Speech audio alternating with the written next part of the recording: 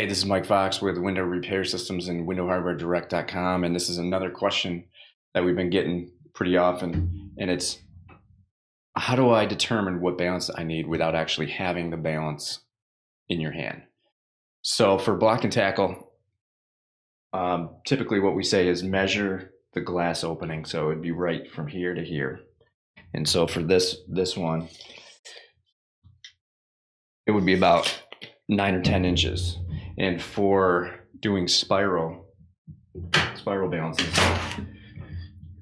we typically say measure the whole sash, the lower sash. So you're gonna open it up just enough, put the tape on here, and that measures about 13 inches.